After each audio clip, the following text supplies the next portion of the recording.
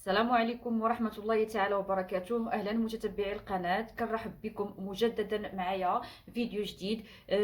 كنرحب دائما كيف ما كنبدا أي فيديو فأنا كنرحب بالناس الجداد اللي انضموا للقناة، وكذلك كنرحب بالتعاليق اللي كيخليو لي في الفيديوهات، سواء الفيديوهات الجديدة أو الفيديوهات القديمة. وكذلك ما ننساش الناس اللي مسانديني منذ إنشاء القناة، فكنقول لكم شكرا لكم بزاف. ويعني واخا نبقى نشكركم بواحد الدرجه ما كتصورش البنات، فانا ممتنه لكم بزاف. اليوم ان شاء الله غادا نشارك معكم هذا الفيديو، غادا نشارك معكم واحد، بحكم يعني الجو بدا كيتبدل، فانا بغيت نشارك معكم واحد المشروب اللي هو واحد المشروب ساخن، اللي هو اول حاجه كيقوي المناعه، وثاني حاجه يعني الناس ولا السيدات او الرجال اللي عندهم مشكل ديال السعال، يعني عندهم مشكل ديال الكحبه او هذيك نزلات ديال البرد، فهذا المشروع فهو يعني مميز وإفيكاس. يعني الناس اللي عندهم نزلات ديال البرد فهذا مخير ليهم. فكيف ما كتشوفوا فانا غنحتاج واحد المكونات. هاد المكونات تقدر تكون عندكم في الدار، تقدروا تشريوها، يعني راها موجوده عند الهري اولا عند العطار. مواد طبيعيه يعني غادي نخدموا بها، والاغلبيه راه كيكونوا في المطبخ ديالنا، المطبخ المغربي. اذا البنات، فاول مكون باش ما نطولش عليكم الفيديو، اول مكون فانا غنحتاج لهاد اليانسون النجمي. هذا راه كيتباع عند العطار اولا عند الهري. غادي نحتاجو كذلك القرنفل، ها هو البنات. غادي نحتاج الزنجبيل يعني طري، هذا ماشي المطحون وماشي داك القاصح، هذا راه طري.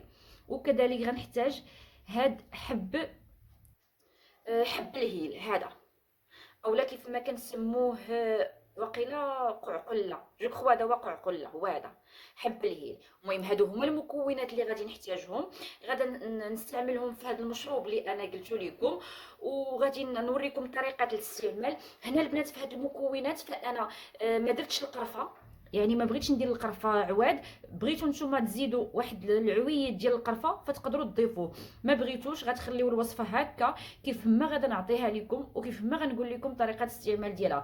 كيف ما قلت لكم البنات، فهاد الوصفه اولا هاد المشروب كيكون ساخن، فهو اول حاجه كيف ما قلت لكم كيقوي لنا المناعه، كذلك كيحيد لينا دوك النزلات ديال البرد اللي كيكون، وكيحيد لينا السعال اولا الكحبه اللي كتكون في هاد، يعني اللي كتكون في هاد البرد، بحكم بان الجو دابا راه بدا كيتقلب.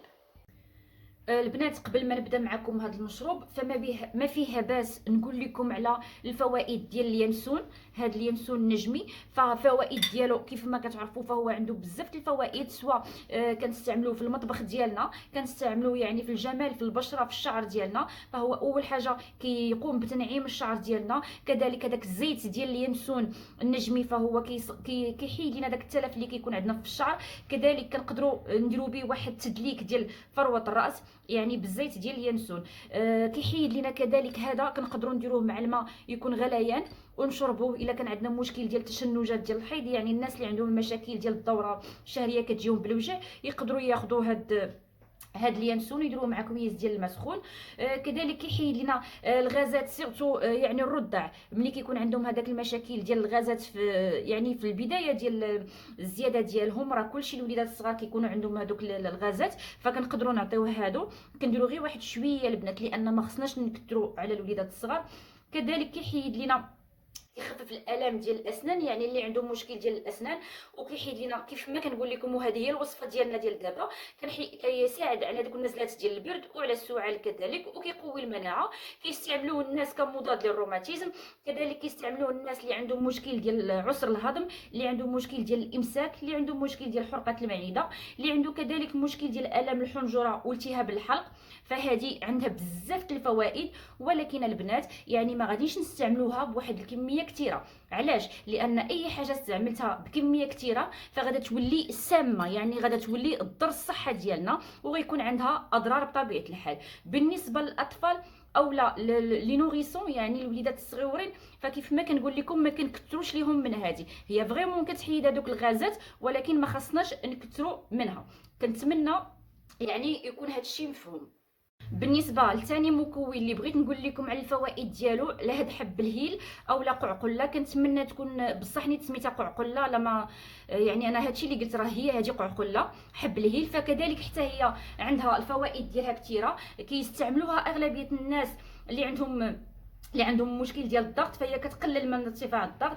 كذلك اللي عنده مشكل ديال الاضطرابات، يعني اللي عنده مشكل في البول ديالو، وكذلك اللي عنده ها اللي يعني غنستعملها انا كذلك، فهي كتستعمل في نزله البرد وفي السعال.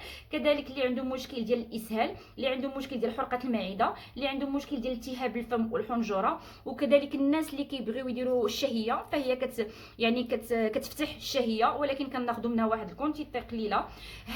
هاد الوصفه كيف ما قلت لكم فهي ممنوعه على الحوامل وعلى المرضعه. علاش؟ لان هاد العشبه ممنوعه عليهم. هاد العشبه ما خصهاش تاخذ السيده اللي حامله والسيده اللي كترضع. كذلك القرنفل كنا كنعرفوا الفوائد ديالو، هذا كيتسمى القرنفل اولا المسمار. وهاد الزنجبيل الطري كذلك راه كتعرفوا الفوائد ديالو، يعني بلا ما نذكرها معكم. انا عندي الغرض بجوج مكونات اللي نعرفوا الفوائد ديالها. اذا دابا غنبدا لكم المشروب على بركه الله. اذا اول حاجه البنات غادا ناخذ كاس قد هكا ولا كاس كبر منه، غادا ناخذ هاد اليانسون النجمي. انا غادا ناخذ هنا يعني غناخذ 3 الحبات. هيا كيف ما قلت لكم ما نكثروش منه باش ما يكونش عندنا يعني ما يكونش سام ويأثر علينا على الصحه ديالنا. فانا هنا غناخذ 3 الحبات. كذلك غادا ناخذ هاد حب الهيل، غادا ناخذ واحد 5 الحبات، 3 4 5 الحبات غنزيدهم هنايا. غادا ناخذ كذلك المسمار اولا القرنفل، غادا ناخذ 4 الحبات منه. اذا ها هما. وغادا نزيد الزنجبيل طري. هنا انا غادا نقيه وغادا ناخذ منه واحد الطريف ونرجع معكم. اذا البنات انا خديت هاد الطريف، ما تكثروش، سيرتو هادي راه غير لا دوز ديال يعني ديال واحد غيقدر يدير هذا. بغيتو تضاعفوا المقادير على حسب العائله شحال من واحد غادي يشرب. اذا غنزيد هنا. اذا هنا درت المكونات كلها. هنا غادا نضيف الماء غليان البنات، يعني ما غاديش نتبخوهم في الماء. علاش؟ باش ما ياثروش لينا على الصحه ديالنا. فانا هنا غادا نعمر الكاس يعني بماء يكون غليان.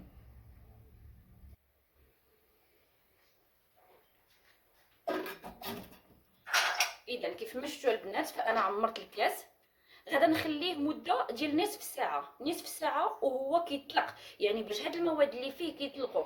كيف ما قلت لكم وياكم يعني طيبوا هاد المواد، ما طيبوهاش فديروا الماء يكون غليان تخويو على هاد المواد. وغادي نخليه هكا وغادا نخليه نصف ساعه، يعني 30 دقيقه، مده 30 دقيقه حتى كيطلقوا ليا هادوك المواد. من بعد ما يطلقوا هادوك المواد فانا غادا نصفي هاد المكونات وغادا ناخذ غير المشروب ديالو. اذا البنات انا هنا راه باقا ما كملاتش لي نصف ساعه، غير انا غنشرح لكم طريقه الاستعمال ديالو. اذا ملي غادي يطلق لينا مزيان من مورا نصف ساعه غادا نصفيه في كاس. وغادا دائما ناخذ هذا المشروب واحد يعني قبل الاكل في الصباح قبل الفطور، وغناخذو قبل العشاء يعني في المساء. غناخذو 2 مرات، مره في الصباح ومره في الليل. كيف ما قلت لكم البنات يعني غادي ناخذوه 2 مرات. كيف ما قلت لكم مره في الصباح قبل الفطور، وكذلك قبل في المساء قبل العشاء. كيف ما قلت لكم البنات فهاد يعني بالنسبه للاطفال ما تكثروش ليهم منهم، يقدر ياثر عليهم. بالنسبه للكبار فهادي يعني غادي يحترموا المقادير اللي انا عطيتكم. مشروب ساخن كيف ما قلت لكم، يعني كيقوي المناعه اول حاجه. كذلك كيحيد لنا دوك النزلات ديال البرد. الناس اللي عندهم مشكل ديال الكحبه سيرتو هذا الجو دابا بدا كيتبدل الجو، يعني يقدروا ياخذوه ديروا فيها يعني تبعوها واحد يومين او 3 ايام، من بعد كتحبسوها ما كتبقاوش تعاودوا تشربوها. كنتمنى هذا الفيديو ينال الاعجاب ديالكم وينال الرضا ديالكم. اللي عنده اي سؤال يخليه ليا في التعاليق. دمتم في رعايه الله والى فيديو مقبل ان شاء الله.